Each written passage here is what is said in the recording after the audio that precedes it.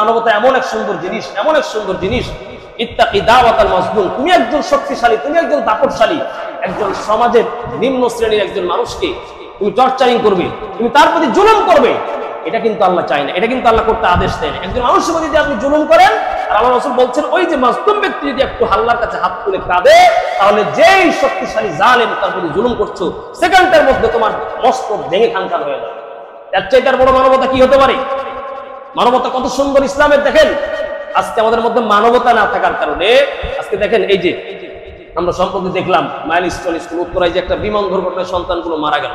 আমরা দোয়া করি আল্লাহ পাক এই মায়ের সন্তানগুলিকে আল্লাহ পাক জান্নাত নসিব করেন, আব্বা আম্মাগুলিকে আল্লাহ ধৈর্য ধারণ করার তৌফিক দান করেন। মানবতা আজকে ইসলামের চাইতে মানবতা যদি কেউ মনে করে যে আমাদেরকে পশ্চিমার থেকে, ব্রিটেনের থেকে, ফ্রান্সের থেকে, জাতিসংঘ থেকে মানবতা শিখতে হবে, তাহলে বুঝবেন যে সে আমাদের কেউ। কারণ পশ্চিমারা আপনার জীবনে কোনোদিন ভালো চাইবে না। আপনি যদি শুনে যে এখন বাংলাদেশটা আগুন দিয়ে পুড়ে শেষ হয়ে গেছে, তাহলে ওই যে যারা মানবতার গুলি নিয়ে বাংলাদেশে আসছে তারা বসে বসে হাসবে, ঠিক হয়েছে। কেন? ওরা জানে পৃথিবীর সন্ত্রাসবাদের সবচেয়ে বড় বাধা হচ্ছে যারা মুসলমান, তারা। কারণ মুসলমানদের কোরআন সন্ত্রাসকে হত্যা করতে বলছে। আর পশ্চিমারা, আপনি জানেন কি পশ্চিমারা কত খারাপ? যারা মানবাধিকার কমিশন এসে তারা কত খারাপ? ওরা মনে করে পৃথিবীতে যারা খ্রিস্টান আর ইহুদি না, যারা মুসলমান, এদের বেঁচে থাকার অধিকার নেই। এবং এরা মনে করে খ্রিস্টানদের একটা লিখিত কিতাব আছে তালমুদ, ওটা আমি পড়ছি, ওই তালমুদ কিতাবে ওরা বলছে, ইহুদিরা বলছে শোনো, ওই জন্য ইহুদিরা ধরেন সব জায়গায় জুলুম চালাচ্ছে। কেন? ওরা মনে করে যে আমরা জুলুম করলে এটা আমাদেরকে ঈশ্বর আমাদেরকে জুলুম বলবে না, কারণ ঈশ্বর নিজে বলেছে খ্রিস্টান ছাড়া পৃথিবীতে কারো বেঁচে থাকার অধিকার নেই। চিন্তা করছেন কত বড় জঘন্য কথা? আর ওরা আপনাকে মানবতা শিখাতে আসবে, মানবতা শিখা। আজকে তারা পৃথিবীর যেই রাষ্ট্রে মানবতার অভ্যাস খুলেছে, সেই রাষ্ট্রে দুইটা কাজ করেছে, বললামই তো, সমকামিতার বিস্তার করেছে আর কোরআনের আইনকে তারা বিকৃত করেছে। আজকে আপনি দেখেন যুদ্ধ গাজায় তাদের মানবাধিকার সংস্থা আছে, কি করেছে? লক্ষ লক্ষ শিশু সন্তানকে না খেয়ে ছটফট করে ইসরায়েল মারছে, কোনো কথা বলে না। আপনি দেখেন সিরিয়ার কি করুণ অবস্থা, ওখানে তাদের মানবাধিকার সংস্থা আছে। যেখানে মানবাধিকার সংস্থা আছে বর্তমান পৃথিবীর এই 13টা রাষ্ট্রে, সেখানে অর্থনীতি, সমাজনীতি, আপনার মুসলিম নীতি সব নষ্ট হয়ে গেছে। এই জন্য আমাদের বাংলাদেশে মানবতা শেখার কোনো দরকার নেই, কোরআন এবং হাদিস যথেষ্ট। আমেরিকা থেকে আসবে আমাদের দেশে অভ্যাস করতে, আপনার দেশকে রাখবে, দেশকে চুষে খাবে, দেশকে লুট করে খাবে, এটাই হচ্ছে তাদের মানবতা। কারণ তারা মনে করে মুসলমানদের বেঁচে থাকার কোনো অধিকার নেই। ওই জন্য বর্তমান যে সরকার বা মানবতার সিগনেচারে তিনি সাইন করছেন, জনগণের কোনো রায় নিচ্ছেন না, জনগণকে তোয়াক্কা করছেন না। জানেন আপনি কি করতেছে? কি করছে এটা? ওই যে তারা আসবে, আসার পরে কি তারা যে রাষ্ট্রে গেছে, আপনি গিয়ে দেখেন আমেরিকাতে আপনি যাবেন, ছেলেতে কুকর্ম করতেছে, এটা তাদের দেশে বৈধ। আপনি চিন্তা করতে পারছেন? আপনি এটা মানতে পারবেন? পরিবার, আমাদের দেশে সমাজ থাকবে, পরিবার থাকবে? আপনি গিয়ে দেখেন যে সমস্ত জায়গা তারা গিয়েছে আত্মহত্যা করার জন্য, তারা একটা নিরাপত্তা কর্মী রেখেছে আত্মহত্যা করার জন্য, কি যে যা পারবে আত্মহত্যা করবে। দেখেন আত্মহত্যা কত খারাপ জিনিস না? এগুলো হচ্ছে তাদের মানবতা। তা আমাদেরকে পশ্চিমের থেকে মানবতা শিখতে হবে কেন? মানবতা আমাদের থেকে শিখতে হবে না, কোরআনে আমাদের মানবতা আছে। এই মানবতা আজকে না থাকার কারণে দেখেন এই যে সন্তানগুলি যে বিমান দুর্ঘটনায় ইন্তেকাল করলো, আমরা ওই জন্য প্রত্যেকটা ব্যক্তির উপরে আল্লাহ কেন বলছেন ইসলাম শিক্ষা গ্রহণ করা ফরজ। ইসলামের প্রকৃত শিক্ষা না থাকার কারণে আজকে আমরা সবাই জালেম হয়ে গেছি, জনগণ আমরা জালেম হয়ে গেছি। বিমান দুর্ঘটনায় সন্তানগুলো মারা যাচ্ছে, ওখানে এক পানি আগুনে পড়লে তো একটু পানির দরকার হয়। ওই জায়গাটায় যে দোকানগুলো আছে আপনারা দেখেছেন খবর পৃষ্ঠায়, ওইখানে 20 টাকা 50 টাকার পানির বোতল সেদিন 600 টাকা চাইছে। এটা জানোয়ার কি হতে পারে, পশু কি হতে পারে? আল্লাহ এদেরকে বলছেন উলাইকা কাল আনআম। একজন ব্যক্তি বিপদে পড়ছে, মায়ের সন্তান তার কলিজার থেকে ছুঁড়ে চলে যাচ্ছে, কুটতে ঝাগুলো দাও দাও করে, এই অবস্থায় 1 লিটার পানির দাম চাইছে 600 টাকা। রিক্সা চালকের কাছে দৌড়ায় গেছে, ওই মাইলস্টোন স্কুল থেকে বের করে রোডের থেকে একটু দূরে বের করে নিয়ে গেছে, তারা ক্লিনিকে নিয়ে যাবে। ওখানে পাশে মনসুর আলী হাসপাতাল নামে মেডিকেল আছে, ওখানে নিয়ে যাবে রিক্সায় করে। ওই সেদিন রিক্সাওয়ালা 50 টাকা ভাড়া 100 টাকা দিচ্ছে। কত বড় পশু দেখেন। এটা কেন হয়েছে? আজকে আমাদের রাসূলের শিক্ষা কি ছিল? ওই ভ্যান চালক ইচ্ছা করলে ওই আগুনে পোড়া সন্তান আর তার মাকে রিক্সায় যদি নিয়ে যেত, আর রাসূল বলছেন সেটা ওইটুকুর দ্বারা সে জান্নাত কিনতে পারত। ওই যে 1 গ্লাস পানি, একটা মায়ের সন্তান ছটফট করে কাঁদতেছে পুড়ে, মা একটু চাচ্ছে 1 গ্লাস পানি ছেলের শরীরে ঢেলে দিবে, ওই দোকানদার যদি পানিটা বিক্রি না করে যদি ফিরে দিত, তাহলে ওই যে একজন বিপদগ্রস্তকে পার করলো। আল্লাহ রাসূল বলছেন কিয়ামতের মাঠে আল্লাহ হাউজে কাউসারের পানি থেকে পান করে। এটা না হচ্ছে মানবতা? মানুষ আমরা কত জঘন্য হয়েছে। যে জাতির মুসলমান জাতি আমাদের পূর্বপুরুষ, নবী আমাদের শিক্ষা দিয়েছে নিজের খাবার, ওই যে নিজের খাবার বিলিয়ে দিব অনাহারের মুখে, যে আমরা কবিতা পড়েছি, এটা ছিল রাসূলের আদর্শ। ওটা শুধু কবিতা আমরা পড়েছি, কিন্তু কেউ তো কিছু করে নাই। দেখেন কত সুন্দর কথা। আল্লাহর পয়গম্বর বলছেন, শোনো মানবতা, মুসলমানদের মানবতা এত চমৎকার, কেউ যদি বিপদগ্রস্তকে দেখে একটু সাহায্যের হাত বাড়ায় দেয়, আল্লাহর হাবিব বলেন কিয়ামতের ময়দানে আল্লাহ তাআলা তার জন্য সাহায্যের হাত বাড়ায় দিবেন। একজন ক্ষুধার্তকে, বিপদগ্রস্তকে যদি আপনি সহযোগিতা করেন, আল্লাহর হাবিব বলছেন আল্লাহ তাআলা কিয়ামতের মাঠে থেকে সহযোগিতা করবেন। আজকে এই ইসলামের মানবতা থাকলে কি পারতো? আর যদি ইসলামে আইন থাকতো, এখন তাদের মামলা হওয়া দরকার ছিল। একটা সন্তান মারা যাচ্ছে আর উনি 50 টাকার পানি 600 টাকা চাচ্ছে, জানে আর কি হতো। কিন্তু তার তো এই ভয় নাই।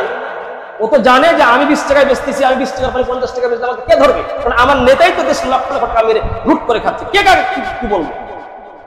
ইসলামের মানবতা কি ছিল? ওই যে সে একজন একটা অন্যায় করলো, একটা বিপদগ্রস্তকে সহযোগিতা করলো না, এই যে অমানবিক কাজ করলো। যদি আজকে খলিফা উমর থাকতেন তো তাকে অবশ্যই জেল দিতেন। আরে একটা মায়ের সন্তান মারা যাচ্ছে পানির জন্য, আপনি পানি বিক্রি করছো 50 টাকার পানি 600 টাকা, আর তোমার এই দেশে তুমি কিসের নাগরিক আর নিজের মুসলিম? মুসলমানদের মানবতা সবচেয়ে শ্রেষ্ঠ, সবচেয়ে শ্রেষ্ঠ। আল্লাহ রসুলের থেকে মানবতা শিখেন, নবীজির কাছে মানবতা। ক্ষুধার্ত ব্যক্তি নবীজির কাছে একজন ক্ষুধার্ত পথিক এসে বলছেন, ইয়া রাসূলুল্লাহি আসাবানি জুহুদ, আল্লাহর পয়গম্বর আমাকে খাবার দিন, আজকে বেশ কয়েকদিন হয়ে গেল পেটে খাবারের যন্ত্রণায় ছটফট করছি, খাবার কেউ দেয় না।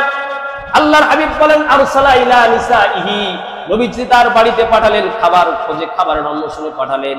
তারা ফিরে আসলেন, বললেন রাসূল আপনার স্ত্রী বলেছেন ফালাম ইয়াজিদ ইনদাহুন্না শাইআন। নবীজিকে বলা হলো, নবীজি আপনার বাড়িতে কোনো খাবার নেই, খাবার তো ওই সময়তে খুব মুশকিল ছিল। আল্লাহর নবী সাহাবীদের সামনে এমন বয়ান করতেছিলেন, আপনাকে শিখাচ্ছি ইসলামের মানবতা কেমন সুন্দর, বয়ান করতেছেন। তিনি বললেন আলা রাজুলুন ইদাইফুহু, সাহাবীরা তোমরা কে পারো এই যে ক্ষুধার্ত ব্যক্তি, সে চোখ দিয়ে পানি পড়ে, খাবার 3-4 দিন থেকে নাই, পেটে পাথর বাজছে, কে পারো মেহমানদারি করাতে?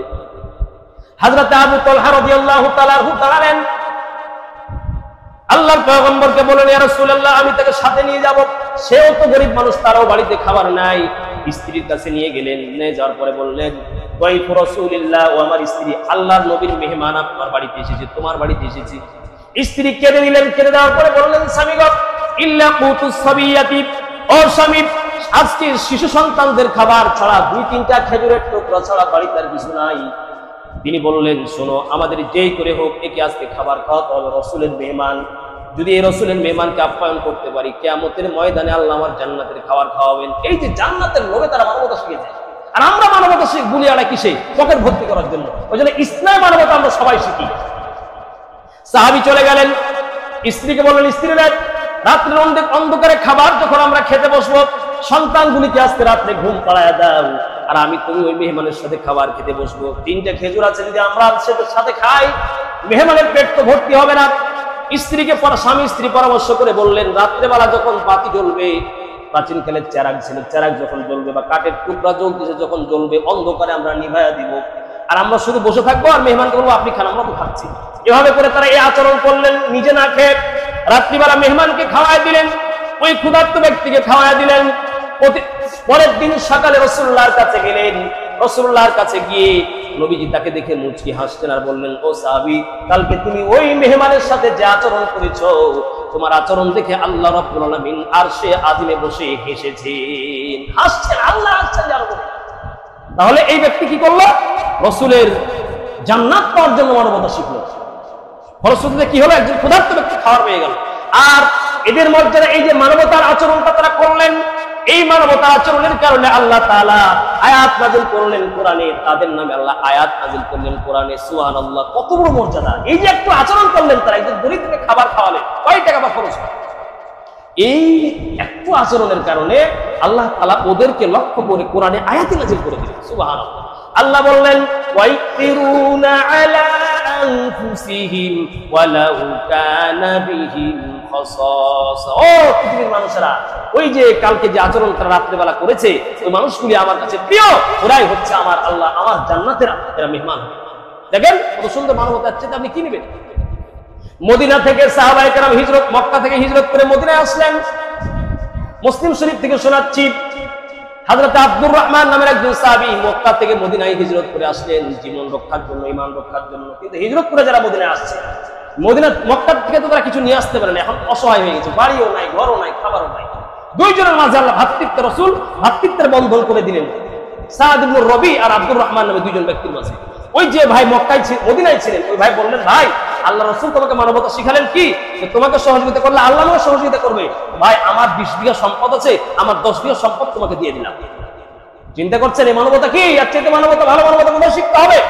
পশ্চিমাদের থেকে আর জাতিসংঘ থেকে মানবতার অফিস করে আমাদেরকে মানবতা শিখাতে হবে না। মানবতা শিখে আমাদেরকে শোষণ করবে, রক্ত চুষবে, আমাদেরকে শেষ করে দেবে। এটা ইতিহাস হয়েছে। 1847 সালে যখন ব্রিটিশ বেনিয়ারা আসলো, মাদার তেরেসার মিশন নিয়ে যখন আসলো, আমরা গরিবদের সহযোগিতা করবো। আপনি জানেন কত ক্ষতি করেছে এই দেশে? লক্ষ সম্পদ লুটপাট করে তারা পশ্চিমারা নিয়ে চলে গেছে। ওরাও আবার আসছে আমাদেরকে মানবতা শিখাতে। আর যিনি বসে রয়েছেন উনি তো মানবতার ওরারই দাদা, ওই খ্রিস্টানদেরই দাদা।